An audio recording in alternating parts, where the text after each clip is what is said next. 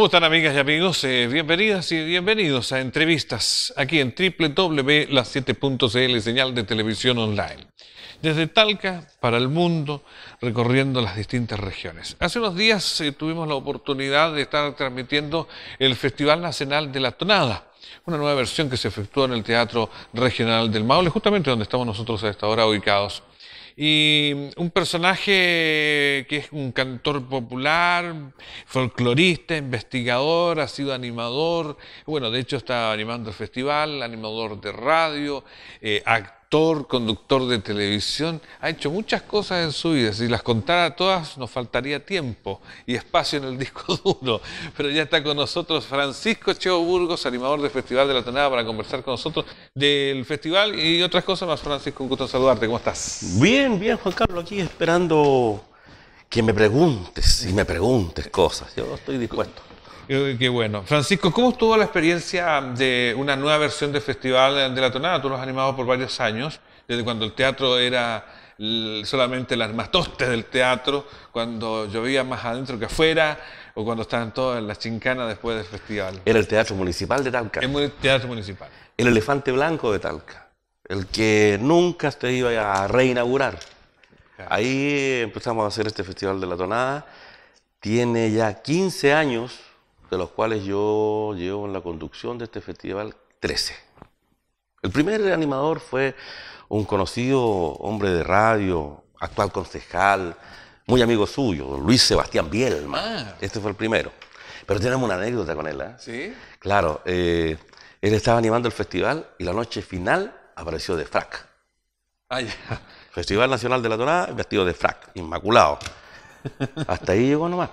Al otro año ya Para la casa. apareció el sombrero grande, el chamanto, y aparecí yo. Y ahí se quedó durante 13 años. Pero hay uno que no lo hizo usted en el intermedio por ahí. Sí, uno no lo hice yo, pero no recuerdo quién lo animó, para no nombrarlo. Dejémoslo así. No, vi un personaje de Santiago, pero no recuerdo el nombre. Bueno, Francisco, este año el festival fue bastante distinto en algunos aspectos, bastantes medios de comunicación, mucha gente. Me llamó mucho la atención enormemente la cantidad de participantes y público que venía de Cauquenes. Bueno, es que en Cauquenes el Teatro Regional del Maule está haciendo un trabajo ya por segundo año consecutivo, que me corresponde a mí hacer ese trabajo, que es la enseñanza de la guitarra traspuesta, los finares campesinos. Pero que de campesinos y de guitarra traspuesta tiene bien poco, porque esta es la guitarra renacentista española. ¿Sí? Lo que pasa es que la gente ignora esto. Entonces, la guitarra renacentista española llega a América junto con los españoles, por supuesto, y en las maletas o en las valijas, digo yo, de los sacerdotes mercedarios y de los franciscanos. Entonces, ellos enseñaban este tipo de afinaciones en diferentes países, para poder entonces, a través de la música, enseñar la doctrina cristiana. Por eso ahí viene el canto a lo divino. Pero no tan solo en Chile, sino que en toda América, como decía, y ahí, por ejemplo, yo he logrado averiguarme que hay más o menos unos 80 temples o afinaciones diferentes en todos estos países.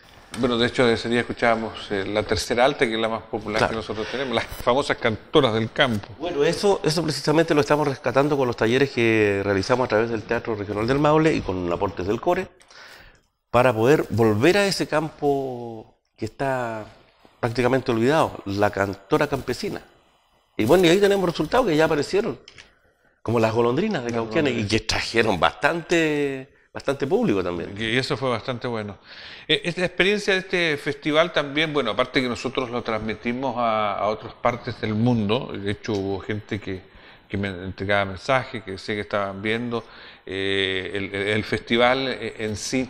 Es una gran responsabilidad retransmitir el folclore, sabiendo que para mucha gente no les llama la atención, pero cuando se hace con estilo, con gusto, se puede conquistar el público. A mucha gente no le llama la atención, por ejemplo, a nuestras autoridades.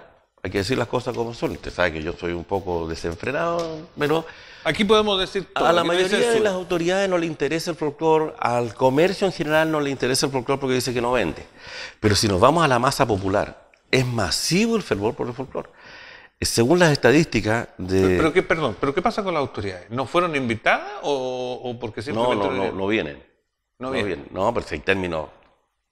un expresidente de la República dijo una vez que no iba a ir a ese lugar porque era demasiado folclórico. Mira el término, despectivo.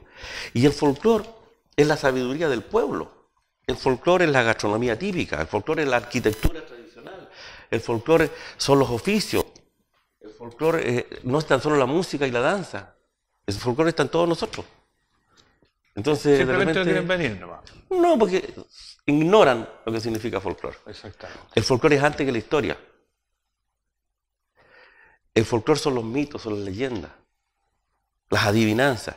Esto, por ejemplo, uno dice, pero ¿y esto es folclórico? El hecho de conversar en torno a un plato, o a tomar desayuno, o once, todo este tipo, es un hecho folclórico. Porque es una costumbre que llevamos durante muchos años, que está de los padres, de los abuelos, y sigue. Folclore no es solamente el hecho de estar escuchando música folclórica. El que está arriba de un escenario, para que nos entendamos, con una guitarra, o cualquier otro instrumento, es un usuario del folclore, es decir, un artista, el que está ahí, pues está poniendo en escena algo que él tiene ahí, que es su creación o algo que rescató. Pero el folclore está abajo en el pueblo, no tiene nombre, se pierden los nombres. Pero hay mucho, por ejemplo, de los cuentos folclóricos, hay mucho de las leyendas, estas historias que cuentan que de repente se apareció Don Sata, o el Cole Flecha, o el Patas de Vallico, que es el diablo, que es relacionado con el folclore. Algunos dicen que se parecía hasta un político. Pero en Chile, ojo, desde el año 1860, todos los cuentos de aparecidos y diablos y todo lo demás tienen un origen común. Los cuentos del español Gustavo Adolfo Bécquer, cuando llegan a Chile, al igual que en Europa, se hicieron famosos y se fueron ramificando y se fueron a los campos. De ahí se fueron convirtiendo en algo tradicional de la propia algo tradicional. Es un folclore, no es nada más. ¿Nos falta folclore, identidad folclórica? Identidad mucha, porque andamos buscando ya, y más perdidos que el Teniente Bello, la identidad nacional, identidad regional. Yo creo que cada sector tiene sus identidades. La identidad del norte, aymara, de todas maneras. Ahí tiene una base cultural. La del centro es una mezcla. Pero aquí la mezcla, en la zona central del país, está basada en los nada menos y nada más señores de Andalucía. Y se lo voy a explicar por qué. Los andaluces llegan a América y se asientan en esta zona, porque les recordaba mucho la sierra, las serranías de Córdoba, de Málaga, todos estos sectores. Llegan acá y empiezan a trabajar los campos, en lo que ellos creían que era conveniente. Ganadería, mucha oveja, viñedos, empiezan a plantar viñedos, porque tenían que tener vino.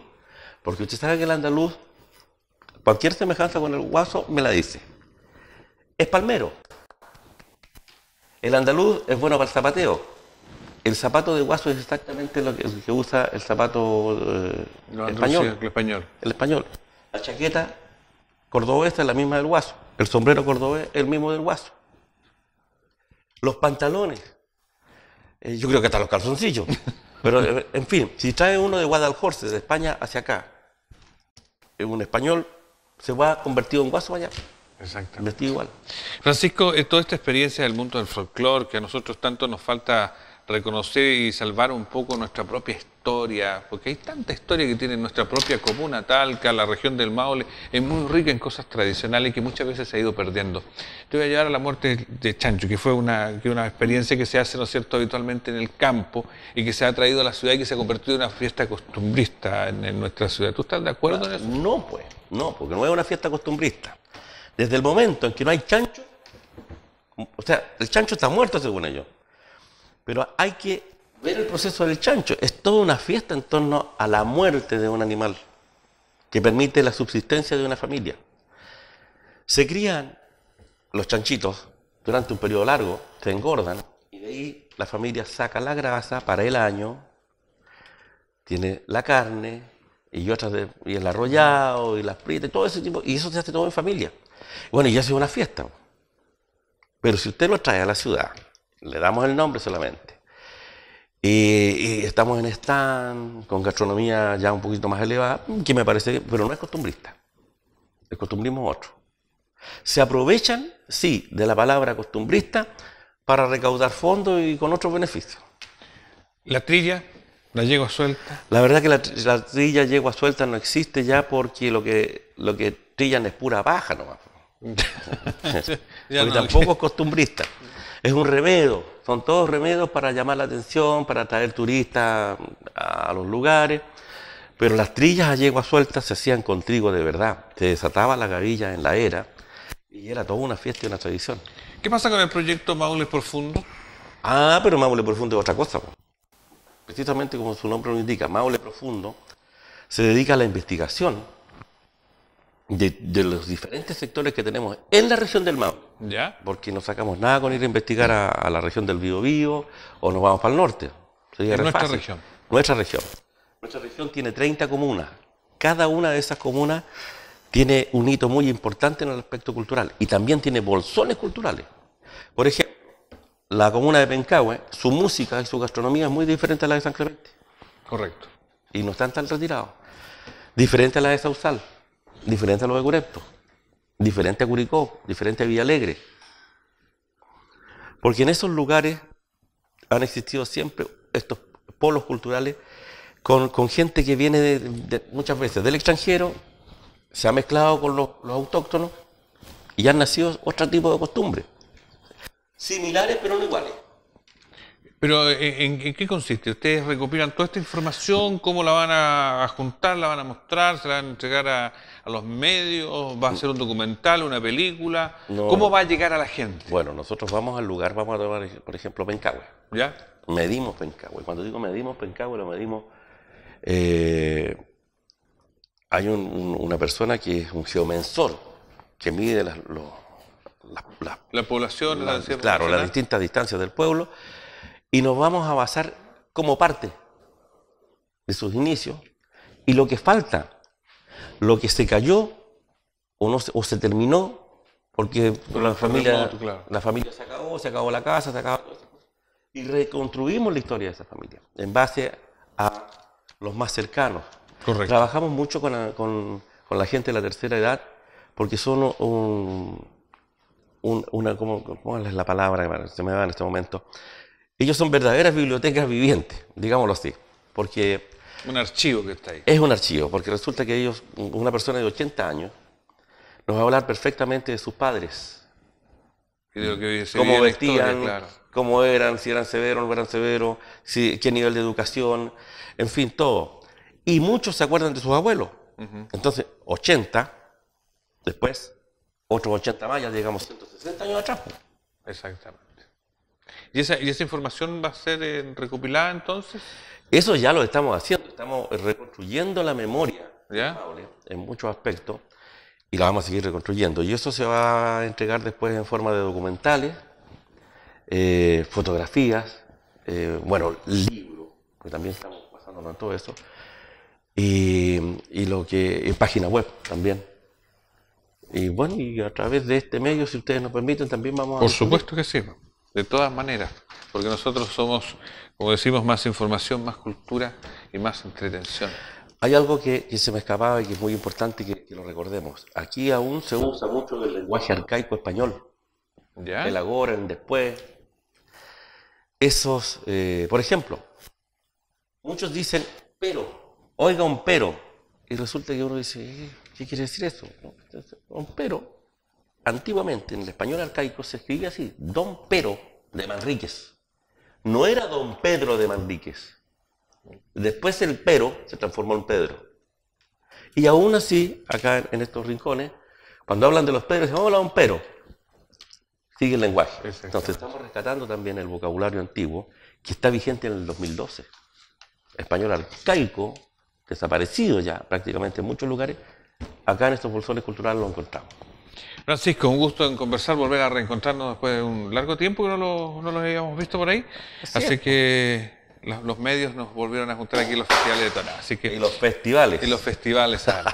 Agradecemos, Francisco, que hayas estado conversando con nosotros y Ojalá que volvamos a encontrarnos pronto para seguir contándonos sobre estas novedades y cuenta con nuestro apoyo con los medios culturales. Por lo tanto, gracias y les digo, folclor o tradiciones tenemos para rato. Exactamente.